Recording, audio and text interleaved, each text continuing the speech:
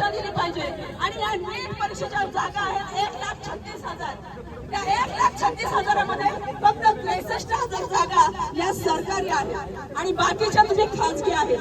खाजगीमध्ये फी भरायला जा. किती फी आहे?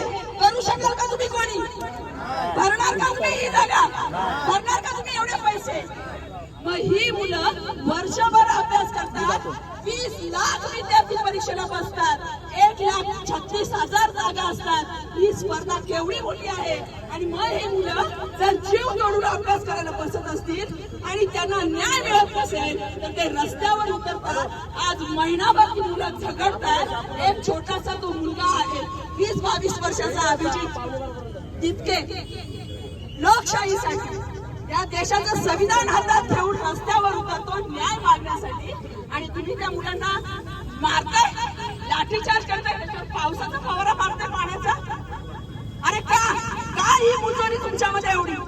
का ही मुजोरी? का गेंड्याची कात्री घालून बसलाय तिथे? तुमच्यामध्ये नैतिकता नाही. तुम्हाला जर जबाबदारी सांभाळता येत नसेल तर ती जबाबदारी घेऊ नका. इस्तीफा द्या. दुसरा कोणीतरी येईल, लायक येईल. आणि आज हा देशामध्ये हा जनसमुदाय इतका आंदोलन करतोय, इतका पेटून उठलाय. याचा वचक त्या नालायक सरकारला बसलाच पाहिजे. तुमची तानाशाही ही चालणार नाही.